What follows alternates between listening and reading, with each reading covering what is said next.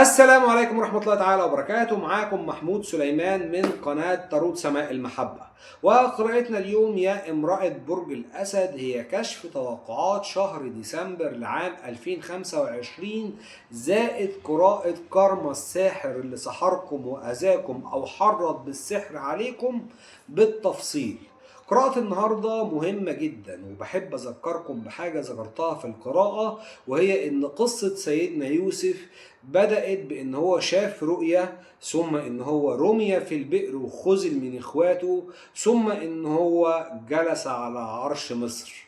فيا امرأة برج الأسد، قراءة النهاردة بتبشرك بحلمك اللي على وشك إن هو يتحقق، وبقولك هيتحقق خلال قد إيه وخلال فترة قد إيه، وإيه اللي هيحصل في حياتكم الفترة اللي جاية في شهر 12 وتأثير شهر 12 على ال 12 شهر القادمين. مش بس كده، كمان قراءة كارما الساحر اللي سحركم وأذاكم، وبنشوف اللي حرض بالسحر عليكم ايه اللي حصل له وبيشعر بايه دلوقتي، وايه الكارما اللي شافها وبيشوفها وهيشوفها خلال الفترة القادمة. ما تفوتوش دقيقة من فيديو النهاردة، ودعمكم لينا من خلال خاصية شكرا بيساعدنا على تقديم محتوى بجودة أعلى وبشكل مستمر. وما تنسوش اللايك والشير والاشتراك في القناة. وبدون ما نطول في المقدمة، يلا نبدأ بسم الله يا امرأة برج الأسد. والجزئية الأولى من القراءة هنشوف فيها توقعات امرأة برج الأسد لشهر ديسمبر. توقعات امرأة برج الأسد لشهر ديسمبر. توقعات امرأة برج الأسد لشهر ديسمبر. توقعات امرأة برج الأسد لشهر ديسمبر. بسم الله.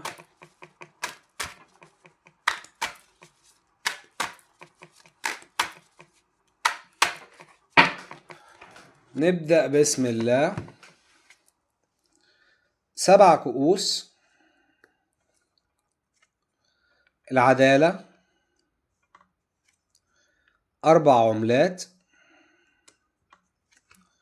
القوة، الشفاء، العربة. البعد الأول يا امرأة برج الأسد هو بعد الماضي اللي بيكشف أحداث الماضي عندكم والفترة اللي فاتت، وفي بوابة الحدث بيظهر كارت مهم وهو كارت العدالة. يعني كأننا بنقول إن في كارما عدالة بتتحقق في حياتك يا امرأة برج الأسد. كارما فيها تحقيق جانب من العدالة في حياتك. طيب العدالة دي متمثلة في أكتر من صورة. ده أول بعد معانا، بعد الماضي اللي بيظهر أحداث الماضي، اللي بيظهر اللي حصل معاكي الفترة اللي فاتت لحد وقتنا هذا. أول وجه للعدالة والكارما الإيجابية اللي بتتحقق لك هي التيمبرانس، يعني الشفاء. اللي عندكم في مشكلة في الصعيد الصحي بيتم شفائكم من مشاكل صحية. اللي عندكم مشكلة في الصعيد المالي بيتم شفائكم من مشاكل مالية. اللي عندكم مشكلة في العمل بيتم انتهاء خلافات مهنية. طيب وإيه تاني؟ وظاهر كمان هنا كارت ال7 كؤوس، يعني بنقول إن في حلم ليكم على وشك إن هو يتحقق. حلم انتوا بتتمنوه أو حاجة بتحلموا بيها أو بتتمنوها على وشك إن هي تتحقق في حياتكم وبقوة. يعني في حلم ليكم هيتحقق، والحلم ده هيتحقق بقوة كبيرة جدا يا امرأة برج الأسد في حياتك في شهر ديسمبر. يعني الحلم ده مرة واحدة هيظهر قدامك. يعني ممكن نقول أصلا إن الأسباب هيئت والجبر قريب. يعني خلاص بدأ الأمر يتهيأ ليكم، أو كان بيتهيأ ليكم قبل كده، وجبركم وانتهاء مشاكلكم قريب. طيب العدالة دي بتتمثل في إيه تاني؟ بتتمثل في دعم الأصدقاء. شايف أصدقائكم والعلاقات اللي في حياتكم هيكونوا ملمومين حواليكم أو هيكونوا داعمين ليكم أو بيأمنوا ليكم الحماية اللي انتوا بحاجة إليها. بالإضافة إلى أن ظاهر كارت العربة يعني بنقول في تحرك للأمام، في خطوة للأمام بتاخدوها في مستقبلكم، في نهاية مشاكل، وفي تحرك للأمام في مسألة كانت عالقة أو وضع انتوا كنتوا عالقين فيه وبدأ يحصل تحرك للأمام بشكل سريع بدعم من أصدقائكم أو بدعم من علاقاتكم أو بدعم من العلاقات الموجودة في حياتكم. والعدالة بتتحقق، فيها شفاء ونهاية مشاكل، وفيها تحقيق حلم في حياتكم. البعد الثاني الحدث العالم، فتى السيوف، 5 عملات، 3 عصيان، 9 كؤوس، و8 كؤوس.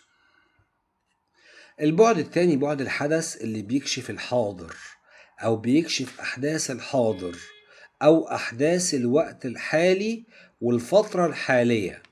وهنا جاي كارت فتى السيوف، يعني كأننا بنقول إن كنتوا بتستعيدوا ذكريات، في ذكريات انتم بتستعيدوها وبتركزوا فيها، والذكريات دي بتؤلمكم، ذكريات لأوقات انتوا كنتوا سعداء فيها أو لأوقات كان في ناس في حياتكم الناس دول مصدر سعادة ليكم أو بيسببوا سعادة ليكم أو بيخرجوكم من حزن. في ناس بتحبوهم ما بقوش موجودين بس لسه موجودين في قلبكم، لسه موجودين جواكم وفي قلبكم.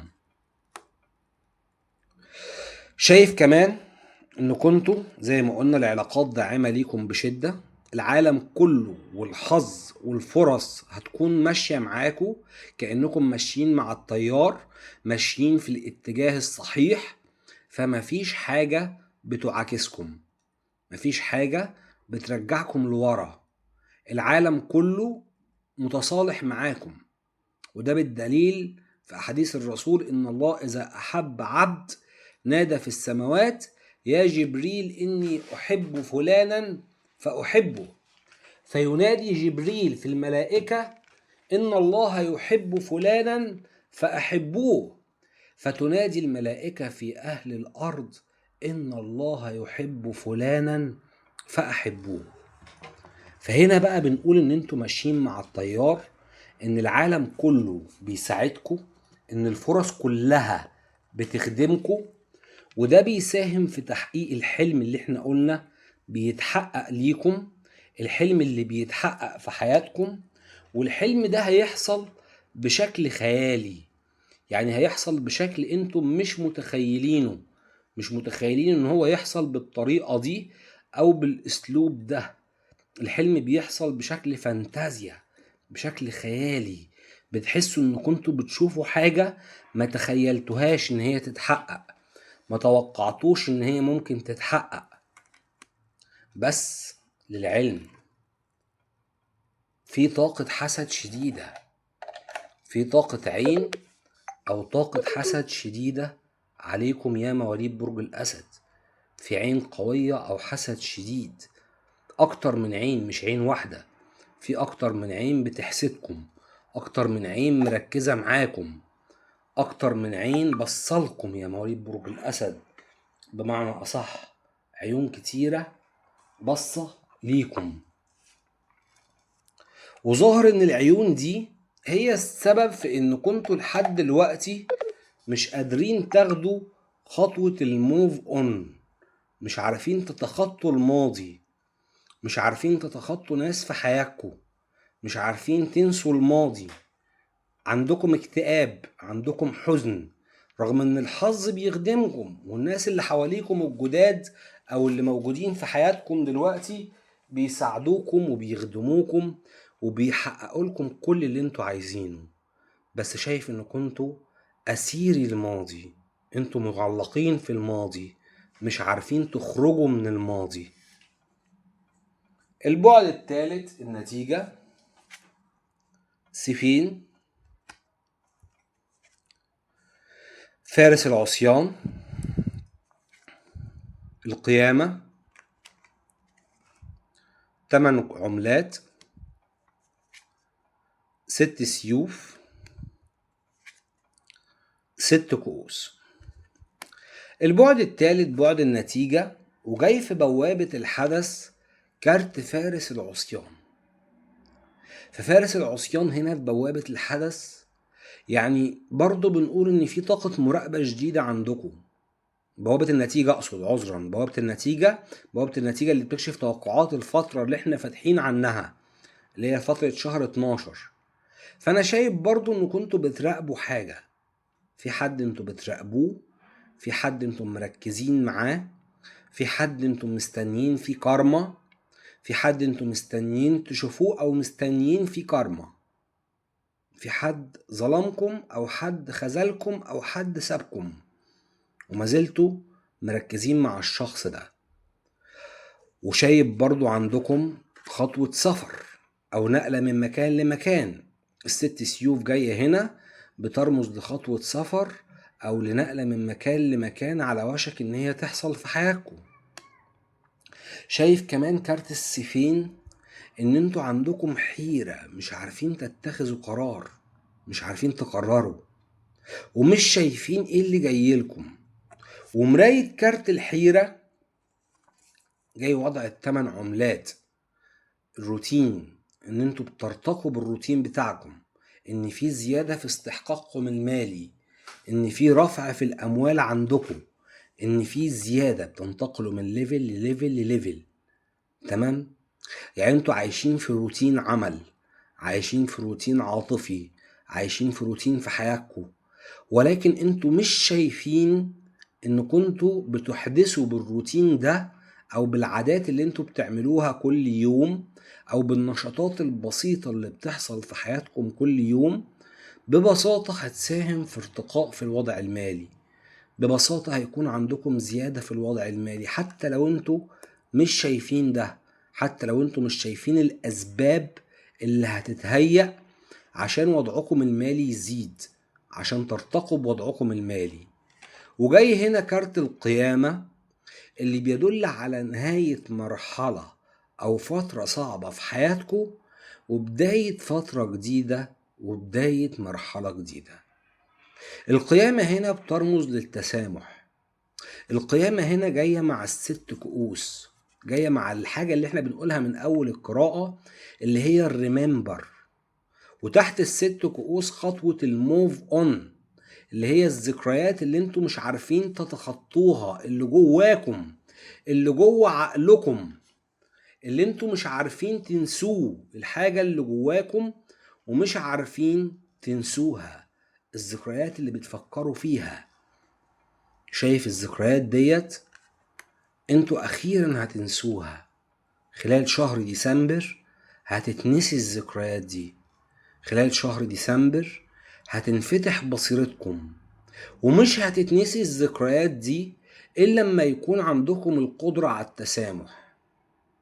حتى لو مش هتسامحوا الاشخاص ومستنيين فيهم كارما، الا ان كنتوا لازما تسلموا امركم لله. لازما في وعي عندكم بيزيد، في وعي بيزيد بيسمح لكم ان كنتوا تنسوا الذكريات دي، ان كنتوا تعرفوا ان كل درس انتوا مريتوا بيه او كل مرحلة انتوا مريتوا بيها كانت دروس بتفتح بصيرتكم، كانت دروس بتعرفكم حقيقة ونوايا الاشخاص اللي حواليكم، كانت دروس بتنشط عندكم العين التالتة، عين البصيرة. البعد الرابع المراية، ملك السيوف، القمر، الشيطان، ملكة الكؤوس، فتى العملات، والإمبراطور. البعد الرابع بعد المراية. في بوابة الحدث بعد المراية اللي بنقول الناس شايفينكم ازاي، انتوا متشافين ازاي بالنسبة للناس اللي حواليكم. وجاي كارت القمر، يعني بنقول ان انتم متشافين ان كنتوا مريتوا بتجارب كتير جدا، ان كنتوا عشتوا ايام صعبة، ان كنتوا تعبتوا كتير جدا، ان كنتوا بعضكم بادئ من الصفر، بعضكم غير حياته، جذبتوا لنفسكم الوضع المالي اللي انتوا عايزينه، جذبتوا لنفسكم الحياة المالية اللي تستحقوها من ايام صعبة جدا جدا جدا عشتوها. متشافين متشافين ان كنتوا شخصية قوية، متشافين ان كنتوا شخصية حنونة برغم القوة، برغم الحنية. متشافة يا امرأة برج الاسد انك انت عندك القدرة على احتواء رجلك، وانك انت تستحقي رجل ذو شخصية قوية، او بمعنى اصح ما ينفعش معاكي الرجال الضعفاء، ما ينفعش معاكي غير رجل قوي ذو شخصية قوية. متشافين ان كنتوا تصلحوا لدور الامومة، متشافين ان كنتوا قلبكم حلو وبتبعثوا الوفرة في كل مكان تكونوا فيه، ووشكم حلو على اي حد يخش حياتكم. متشافين ازاي؟ متشافين ان انتم مأذيين، معمول لكم سحر، وجاي مراية السحر كارت الامبراطور، يعني مأذيين أذى شديد بيوقف نموكم المالي، معمول لكم أذى شديد بيوقف تقدمكم المالي، بيوقف تحقيق نجاحات مالية عندكم، بيوقف الازدهار اللي بدأ بالفعل يتحقق عندكم. واللي بيأذيكم مش عايزكم تزدهروا، اللي بيأذيكم مش عايزكم ان كنتوا توصلوا للي انتم المفروض توصلوا له. ومتشافين ان انتم مأذيين من فترة طويلة، يعني بقالكم سنوات مأذيين. متشافين ان انتوا شفتوا عكوسات كتير وتجارب صعبة، وزي ما قلت لكم بدأتوا من الصفر. البعد الخامس المصير، فارس العملات، قاس العملات، 3 كؤوس، البرج 10 كؤوس، فارس السيوف. بعد المصير بنقول ان خلال تأثير الأحداث اللي بعد المصير بيظهر تأثير الأحداث اللي بتحصل دلوقتي في مصير حياتكم خلال السنوات القادمة، وبيظهر في بوابة الحدث ان كنتوا عندكم بعد المصير بيقرأ معانا من شهر ل10 شهور، يعني مدة عام. تأثير الأحداث اللي بتحصل دلوقتي في ال10 شهور اللي جايين أو في العام القادم. فهنا في مبلغ كبير جدا انتوا هتحصلوا عليه، في دفعة مالية كبيرة جدا انتوا على وشك ان كنتوا تحصلوا عليها، في مبلغ ضخم هتحصلوا عليه خلال 10 شهور. افتكروا الكلام ده، مبلغ ضخم هتحصلوا عليه خلال 10 شهور، والمبلغ ده هيغير لكم حياتكم تماما، هيخليكم متحكمين في حياتكم، هيخليكم عندكم شعور بالانتماء لعالمكم، هيخلي عندكم علاقات أسرية وعلاقات مع الأصدقاء أقوى. متشافين إن في فرصة مالية جيدة جدا جدا جدا قريبة منكم، مش متشافين، ده بعد المصير، ده هيحصل. في فرصة مالية قريبة منكم، الفرصة دي هتعوضكم عن خسائر، أو هتعوضكم عن خروج الناس عندكم بتتبدل بفلوس، اللي بيخرجوا من حياتكم ما يستحقوش يكونوا في حياتكم في وقت الازدهار، فربنا طلع من حياتكم كل اللي ما يستحقوش يشوفوا الخير القادم ليكم. في حاجة انتم مركزين عليها، فوكس، الحاجة دي هتحصل وهتحتفلوا بيها، هي حاجة مهنية أو مالية هتتحقق بالفعل في حياتكم، وهتحتفلوا بيها يا مواليد برج الأسد. حاجة انتم مركزين عليها بشدة، رغم الشيطان ورغم الأذى ورغم السحر اللي معمول لكم، إلا إن كنتوا هتنجحوا في الحصول على مبلغ كبير، ولن يستطيع الساحر اللي أذاكم أن يوقف تقدمكم أو ازدهاركم المالي. البعد السادس بعد الكشف الروحاني، الرجل المعلق، الموت، عملتين، 7 سيوف، 5 كؤوس، 3 عملات. البعد السادس بعد الكشف الروحاني، وفي بوابة النفس جاي كارت تشينج، الموت، وتلاقي الموت مكتوب عليه كلمة تشينج يعني التغيير. الموت في الروحانيات أو في عموما ما بيرمزش للنهاية، لأن مفيش نهاية في حياة البشر، ده بالعكس، ده فترة تغيير من حياة لحياة أخرى، من واقع لواقع مختلف، من منطق لمنطق مختلف. وده جاي لكم هنا في بعد الكشف الروحاني، يعني بنقول إن في تغيير هيحصل في حياتكم، في تغيير على وشك إنه يحصل في طاقتكم، إنه يحصل في حياتكم. طب التغيير ده بينقلكم من إيه لإيه؟ بينقلكم من وضع الرجل المعلق، من وضع انتوا كنتم معلقين فيه. طب معلقين في ايه؟ معلقين في علاقات سامة او علاقة سامة كانت في حياتكم، مع اشخاص كانوا بيستغلوكم، مع اشخاص كانوا بيأذوكم، مع اشخاص كل واحد منهم كان بيسعى ان هو يقطع منكم حتة. طب وهتنتقلوا لإيه؟ هتنتقلوا لاستعادة التوازن المالي، هتقفوا على رجليكم ماليا، هتتزنوا ماليا، هتقدروا تمشوا في حياتكم ماليا، هتقدروا تاخدوا خطوات ناحية مستقبلكم.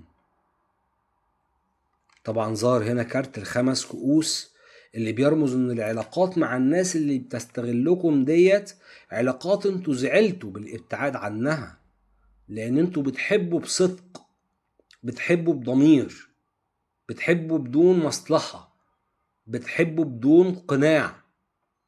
فانا شايف هنا ان كنتوا بتخرجوا من وضع كنتوا بتتعرضوا فيه الاستغلال، وكنتم معلقين في علاقات سامة مع اشخاص بيستغلوكم، مع اشخاص بيسعوا لإيذائكم، مع اشخاص غير مكترثين لمصلحتكم، وبتخشوا في علاقات تانية، علاقات بقى بناءة، علاقات ممكن تبقى زملاء عمل، ممكن تبقى صداقات في العمل او عملاء عندكم، بس علاقات بناءة، اشخاص داعمين ليكوا.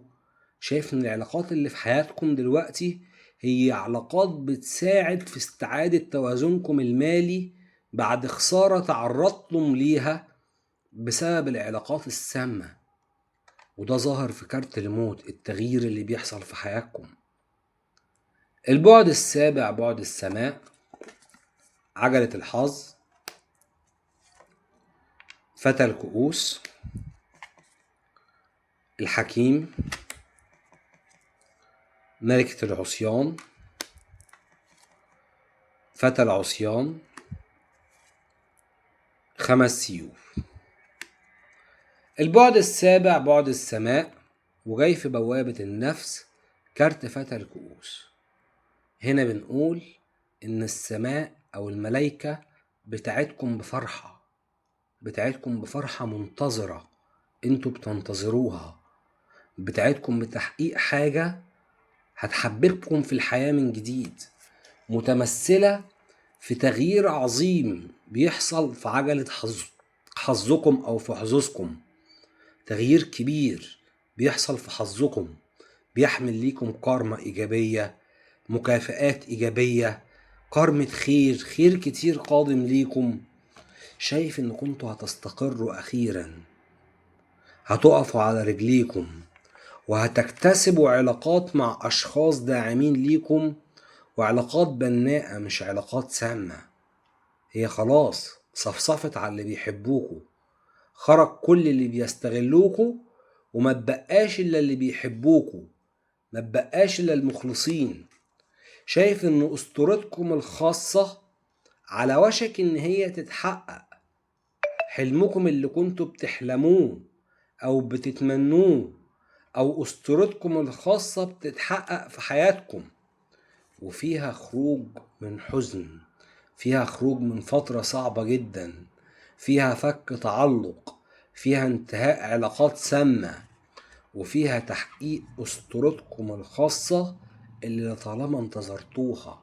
قصة يوسف بدأت حين رمي في البئر، وانتهت حين جلس على عرش مصر وبشره الله برؤية وتحققت في نهاية القصة.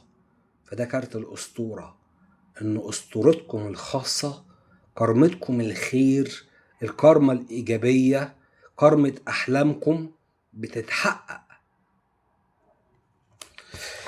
كده احنا شفنا أول جزئية من القراءة، جزئية قراءة التاروت، وشفنا في التاروت توقعات شهر ديسمبر. هنشوف بقى دلوقتي الجزئية التانية من القراءة، وهي جزئية قراءة الأوريكل. وهنعمل الأوريكل النهاردة عن كارما الساحر. كارما اللي سحر امرأة برج الأسد ايه؟ كارما اللي سحر امرأة برج الأسد ايه؟ كارما اللي سحر امرأة برج الأسد ايه؟ كارما اللي سحر امرأة برج الأسد ايه؟ كارما اللي سحر امرأة برج الأسد ايه؟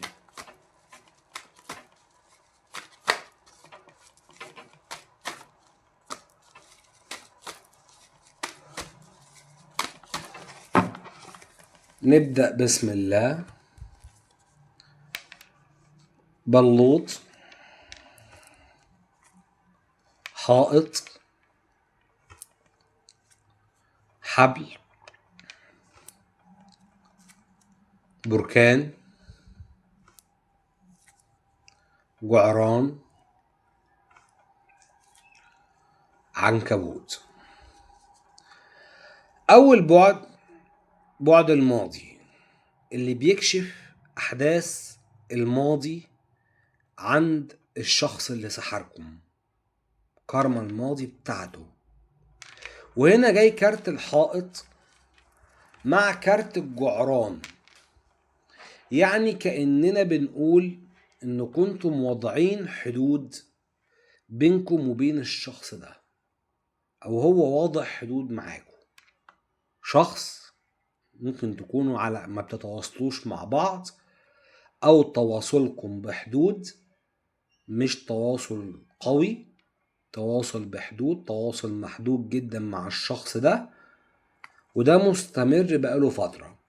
الشخص ده سواء كان رجل أو امرأة، فهو في علاقة مع حد بيكيد ليه، وده كارت العنكبوت اللي بيرمز للمكيدة أو اللي بيرمز للنوايا السيئة. لأن العنكبوت زي ما انتوا عارفين من النوع اللي بيعمل عشه لحد ما يقع فيه الفريسة فيصطادها، أو امرأة العنكبوت بعد التزاوج بتبدأ إن هي تموت الرجل.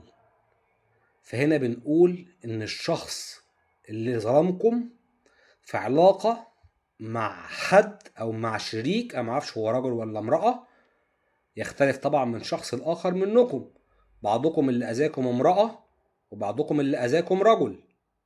فأنا هنا شايف إن الشخص اللي ظلمكم في رابطة أو في علاقة مع شريك سام، مع شريك بيكيد ليه، مع شريك بيدبر ليه مؤامرة، مع شريك بيوقعه في فخه، مش نوايا صافية. كمان شايف ان الشخص اللي ظلمكم هينفجر قريب من الغضب، زي اللي كاتم مشاعر او كاتم اللي جواه، مش بيعبر، بيظهر ان حظه سعيد، بيظهر ان حياته حلوة، بيظهر ان كل شيء كويس، ولكن في الواقع هو غير آمن تماما.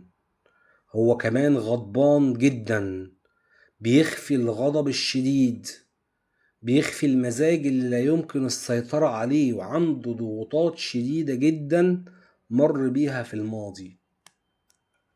البعد التاني الحدث عصاية، أذن، مذنب، سم، سهم،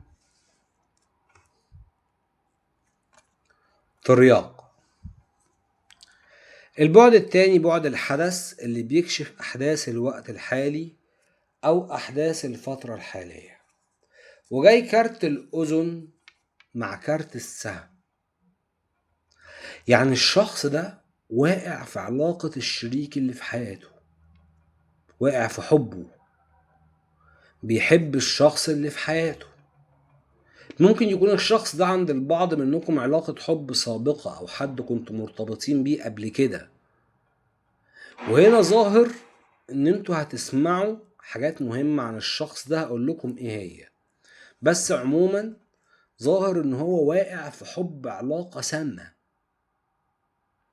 يعني واقع، بصوا هتلاقوا حتى الكارت بيقول لك وضع اهداف نجاح ارسال، وقد يمثل الوقوع في الحب.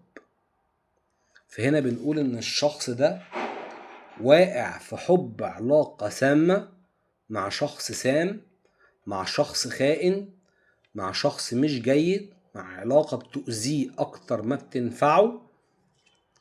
وكمان بيدور على ان هو يلاقي علاج للشخص ده، اللي هو عشمان ان الشخص ده هيتغير من اجله، او ان الشخص ده هيغير اسلوبه او هيغير طريقته من اجل الحب اللي بينهم. يعني صابر على علاقة سامة كمان. وظاهر كارت المذنب، يعني بنقول ان خلال الايام القليلة القادمة في حدث كارثي هيحصل في حياة الشخص ده. اضطراب كبير جدا هيحصل في حياته، مشكلة عميقة هتؤذيه بشدة، زي حرب او زي نذير شؤم او زي نكبة او زي اضطراب هيحصل في حياة الشخص ده في علاقته مع الشريك او في علاقته مع الشخص اللي هو مرتبط بيه. حتى ان الشخص اللي ظلمكم او اذاكم او سحركم هيبدأ ان هو يسيء للعلاقة السامة اللي في حياته. يعني هيبدأ ان هو يسيء للعلاقة السامة اللي في حياته. يغلطوا ببعض بقى، يشتموا بعض، يواجهوا بعض بحقائق، هيقعوا في بعض من الاخر هو وشريك حياته. البعد الثالث النتيجة بوق، حذاء طويل، كرباج، باب، منزل، حمامة. البعد الثالث بعد النتيجة اللي بيكشف توقعات شهر ديسمبر او الكارما بتاعة الشخص اللي سحركم في شهر ديسمبر. وهنا ظاهر ان في دعوة ليكم هتستجاب على الشخص اللي اذاكم او سحركم، لان كارت البوق اللي بيرمز للأوامر الإلهية او للاهتزازات الروحانية اللي على وشك ان هي تحصل للشخص اللي سحركم. فهنا ظاهر كارت الباب، ان الكارما تعتبر على باب الشخص ده خلاص، او دخلت بيته، كارما في بيته، كارما في منزله. كارما اللي بتحصل للشخص اللي سحركم بتحصل له في منزله، بتحصل له في بيته او في منزله. شايف ان الشخص ده كارت المنزل جاي تحت الحذاء، يعني الشخص ده منزله مش في امان. المكان اللي هو عايش فيه مش في امان. المكان اللي هو عايش فيه اللي فيه العائلة بتاعته، المكان ده مش في امان. زي ما قلنا كده كده في خلافات بينه وبين شريكة حياته او شريك حياتها. وشايف هنا ان الشخص ده بيسعى لتأديب الشخص اللي معاه. ان هي جاي كارت الكرباج مع كارت الحمامة. يعني الشخص اللي سحركم بيسعى لتأديب او لإيذاء الشخص اللي هو مرتبط بيه او الحد اللي في حياته. طبعا انا بعرفش برضو هو في حياتكم اللي سحركم رجل او امرأة، لانه ممكن يكون رجل في بعض الحالات وممكن يكون امرأة في حالات اخرى. فانا هنا شايف كارت الكرباج مع كارت الحمامة، كأن حد ماسك كرباج وبيضرب بيه حمامة، يا يطولها يا ما يطولهاش، بس لو طالها هيأذيها أذى شديد. يعني الشخص اللي سحركم وقع في مشكلة كبيرة مع الطرف الثالث في العلاقة، اللي هو حاليا الشخص اللي مرتبط بيه، وحصل مشكلة كبيرة ما بينهم، وممكن يكون الطرف الثالث في العلاقة هو اللي حرض على السحر ضدكم. فأنا شايف كأن حد ماسك كرباج وبيضرب حمامة بيه. تخيلوا لو المنظر ده قدامكم، يعني عياذا بالله. فهنا أنا شايف إن في مشكلة كبيرة، حتى هتلاقوا تحت كارت الكرباج جاي كارت الكارثة أو النكبة أو الدمار أو الحرب، إن في حرب كبيرة بينهم وبين بعض. البعد الرابع بعد المراية، ايد، مظلة، شريط، دم، جبل جليدي، وضفدع. البعد الرابع بعد المراية، اللي بيكشف مراية الأحداث، نظرة الناس للشخص ده.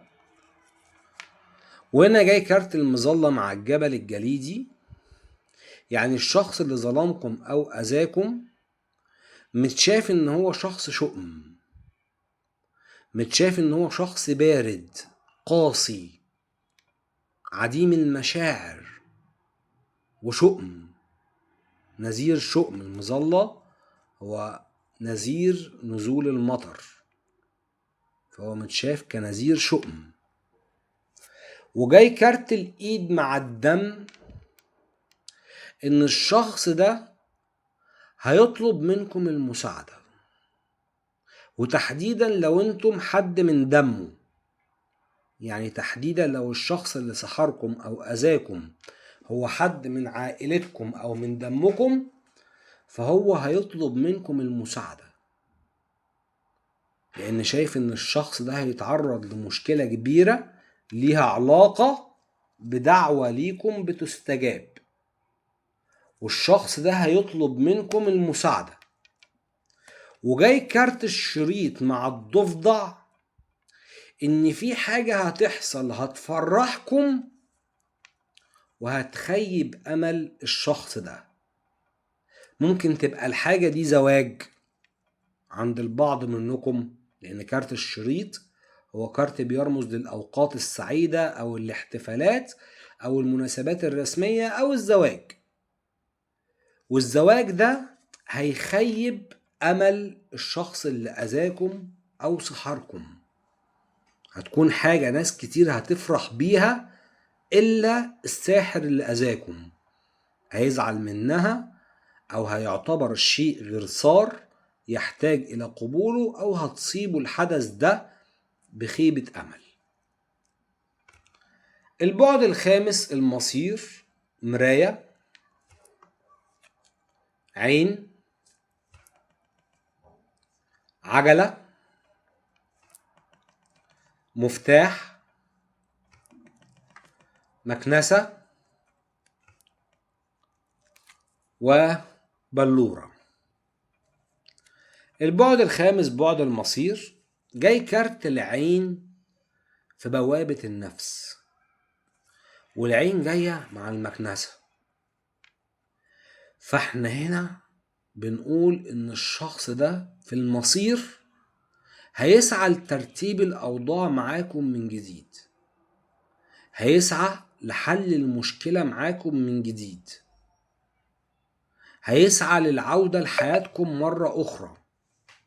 هو أصلا زي اللي بيراقبكم مراقبة شديدة، زي اللي فيه عين شديدة عليكم أو طاقة مراقبة شديدة عليكم من الشخص ده، وبيسعى لترتيب الأوضاع معاكم، بيسعى لحل الخلافات معاكم أو لترتيب الأوضاع معاكم. وجاي كارت المراية مع كارت المفتاح، يعني بنقول إن الشخص ده بيتصرف بغرور، ولكن الغرور ده مش هيستمر، الغرور ده مؤقت قدام حريته وقدام حل مشاكله اللي هيواجهها ككرمة للأذى اللي أذاهولكوا. هتضطروا الظروف إنه يصالحكم ويحل مشكلته معاكم، هتضطروا الظروف إنه يدور على حل للخلافات والمشاكل اللي بينكم وبينه.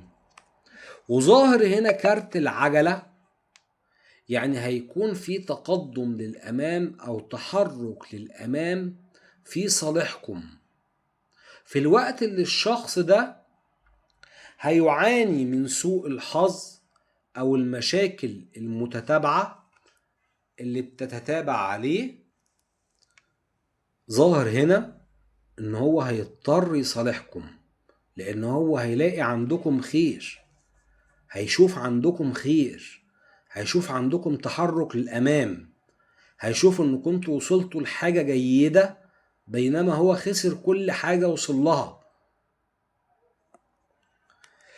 البعد السادس الكشف الروحاني، قبعة،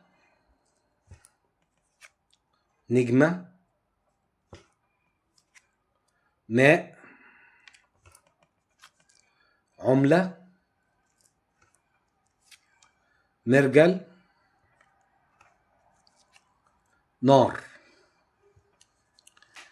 فبعد الكشف الروحاني جاي كارت القبعة مع كارت العملة، اللي بيرمز ان الشخص اللي سحركم او اذاكم هو مش ساحر اصلا، لا ده هو حد دفع فلوس لساحر من اجل ايذائكم، حد دفع فلوس او اموال لساحر عشان يلحق اذى بيكم. وجاي كارت النجمة مع المرجل، يعني كأن السحر، المرجل هنا اللي بيرمز للتركيبات السحرية او للتجارب اللي عملها الساحر ده. لو كان المرجل ظهر فوق النجمة كنا نقول ان سحر الشخص ده هيمنعكم من الوصول لأحلامكم وأهدافكم، ولكن العكس، جاي النجمة فوق المرجل، يعني أحلامكم بدأت تتحقق وأهدافكم بدأت تتحقق رغما عن أنف الساحر اللي أذاكم واللي سلطه. وظاهر ان الامر ده بيدفع الشخص اللي اذاكم او اللي عايز يلحق اذى بيكم اصلا الى درجة الجنون، هيتجنن، جواه نار، زي مية مليانة نار او زي حمم، جواه حمم، جواه نار، جواه غيرة، جواه غضب ان هو معرفش يأذيكم، ورغما عن ذلك شاف كرمته او لحق بيه الاذى بتاع السحر اللي عمله. البعد السابع بعد السماء، عجوز، شمس، فطر، حربة، قمر، ومصنع.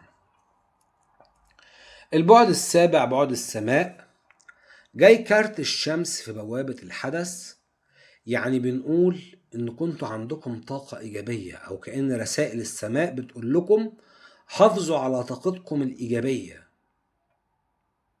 والشمس برضو بعيدة، فانتوا حافظوا على، يعني هنا جاي كارت الشمس والقمر، يعني بنقول حافظوا على البعد بينكم وبين الشخص ده، حافظوا على التباعد بينكم وبين الشخص ده، خليكم بعاد عن بعض. ليه؟ لأن كنتوا طاقة إيجابية زي الشمس، بتبعثوا النور والرحمة في حياة كل الأشخاص اللي في حياتكم، في حين إن الشخص اللي أذاكم أو سلط لأذيتكم ميت زي القمر، حجر قاسي ميت ما عندوش مشاعر. لو قرب ليكم هيكون مقرب لأن هو خايف، لأن هو عنده مواجهات غريبة، لأن حل مشكلته عندكم، ولكن هو مش بيحبكم. شايف كارت الحربة؟ إن الشخص ده هيتعرض لمشاكل أو لانتفاضة أو لصراعات عنيفة الفترة اللي جاية نتيجة قرارات خاطئة هو قام بيها، وضعته في مشاكل متنامية أو زودت مشاكله. وجاي كارت المصنع، يعني بنقول إن القرارات الخاطئة دي أذته أكتر حاجة في رزقه أو في عمله أو في ماله أو في الشغل بتاعه أو في اللي هو بيشتغل عليه. يعني هو عمل لكم عمل عشان يؤذيكم، ممكن يكون خسر هو عمله، خسر هو حلمه، خسر هو أهدافه، خسر هو أحلامه اللي بيسعى إن هو يعملها. ليه؟ لأنه اتخذ طريق خاطئ، لأنه سلك طريق غلط. وبكده تكون الجزئية التانية من القراءة خلصت، وهي جزئية كارما الساحر. وهنشوف دلوقتي الجزئية التالتة والأخيرة من القراءة، وهي جزئية قراءة الفنجان. ونشوف الفنجان. بسم الله.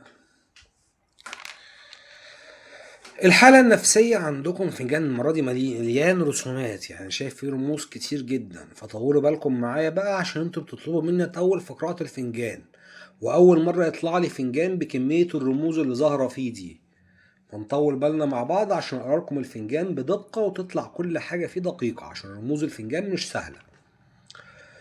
الحالة النفسية شايف ان هي جيدة، بدل في رموز كده ورسومات كده، فالحالة النفسية بالمنظر ده مش سيئة، هي جيدة.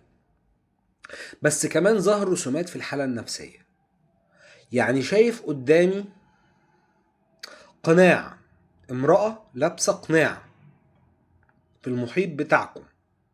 المرأة دي وشها رفيع شوية، امرأة وشها رفيع شوية، وهي امرأة جميلة، يعني امرأة جميلة مش وحشة، امرأة شكلها حلو او عندها جمال.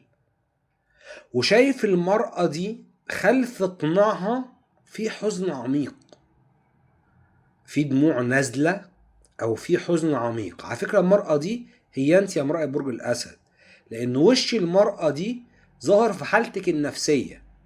فانا شايف ان كنتوا صورتكم حلوة قدام الناس، الناس بتتكلم عنكم بطريقة كويسة، الناس مش ملاحظة حزنكم الا القريبين قوي قوي منكم، وشايفين حزن عميق فيكم. طب ده بيعمل ايه للمرأة دي؟ ليه بنتكلم عن الحزن اللي انتم بتشعروا بيه؟ لاني شايف راجل زي اللي خارج من رأسه قرنين، فده رمز الشيطان، بيرمز للشيطان، بيرمز ان الرجل ده زي الشيطان. فالرجل اللي خارج من رأسه قرنين دوت زي ما يكون بيسعى لإيذائكم، او بيسعى ان هو يقرب منكم باسم الحب، باسم التعاطف، باسم ان هو حاسس بيكم، ولكن هو خبيث جدا جدا جدا، ونواياه في القرب مش جيدة. هو بيستغل حزنكم لمصالحه الشخصية. وشايف سيولة مالية عندكم، شايف في أموال أو سيولة مالية عندكم، شايف في حصول على أموال أو سيولة مالية. وشايف كمية عيون عندكم في الحالة النفسية كتير، فده بيدل على ان كنتم متعرضين لطاقة حسد شديدة او لأكتر من عين بتحسدكم، والعيون دي جايبالكم طاقة حسد شديدة ممكن تكون موقفة حياتكم.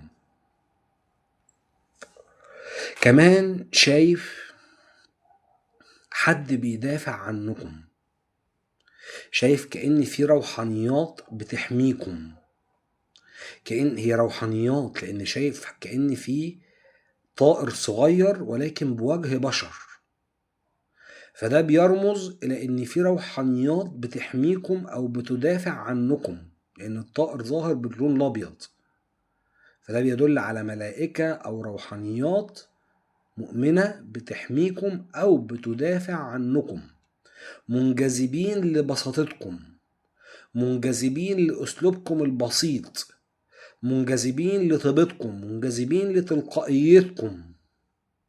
وشايف عندكم زيادة في الأموال، شايف تحقيق نجاحات مالية وزيادة في الأموال عندكم. كمان شايف إن كنتوا هتحتفلوا بحاجة، في حاجة انتوا هتحتفلوا بيها، حاجة انتوا بتسعوا إليها، هتنجحوا في تحقيقها وهتحتفلوا بيها.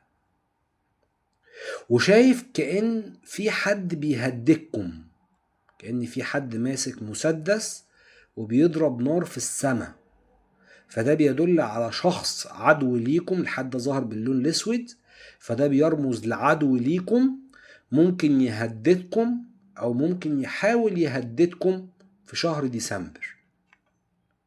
وشايف زوال هموم، في هنا زوال هموم بشكل كبير عندكم، ونهاية مشاكل وزوال هموم كتيرة جدا عندكم. وشايف ان كنتوا هتحضروا مناسبة رسمية وهتكون كل العيون بصلكم، والمناسبة دي انتوا هتكونوا سعداء فيها، حتى ان بعد ما ظهرت المناسبة دي الحالة النفسية اللي في الفنجان اتحسنت اكتر والسيولة المالية زادت، يعني الفلوس زادت. فانا شايف في مناسبة رسمية هتحضروا فيه او احتفال او حفلة هتحضروا فيها بقمة تألقكم، وهتكون كل العيون مشدودة ليكم او بصلكم. وشايف طاقة حسد شديدة جدا عليكم، شايف خبرين حلوين جدا قادمين ليكم هيفرحوكم. وشايف حاجة هتحصل هتضحككم من قلبكم، وفي حد كان بيسيء ليكم او كان امرأة كانت بتسيء ليكم او كانت بتتكلم عنكم كلام مش حقيقي. المرأة دي زي اللي وشها متشوه في الفنجان، يعني المرأة دي هتظهر بصورة سيئة جدا قدام كل الاشخاص اللي هي حاولت تسيء ليكم معاهم او تتكلم عليكم معاهم. ممكن كمان محدش مصدقها، ممكن اللي هي بتتكلم عليكم معاهم بعد ما بتمشي بيضحكوا عليها او بيسخروا منها. وشايف ان انتوا هتسمعوا خبر هيفرحكم قوي، في خبر هيجيلكم بعد 8 عدات، الخبر ده هيفرحكم قوي قوي قوي. بصوا الحالة النفسية تحت اتحسنت ازاي، ولكن الاسود اللي محيط بالفنجان من تحت ده محيط سيء. الاسود الدايرة السوداء اللي تحت ده محيط سيء، دي علاقات سامة في حياتكم، وعددهم 3 أشخاص، 3 أشخاص في حياتكم يعتبروا علاقات سامة. وبكده تكون الجزئية الثالثة من القراءة خلصت. أتمنى تكون القراءة عجبتكم، ما تنسوش اللايك والشير والاشتراك في القناة، والحجز قراءة خاصة هتلاقوا رقم واتساب أسفل الفيديو في صندوق الوصف. دعمكم لينا من خلال خاصية شكرا بيساعدنا على تقديم محتوى بجودة أعلى وبشكل مستمر. شكرا ليك يا امرأة برج الأسد، السلام عليكم.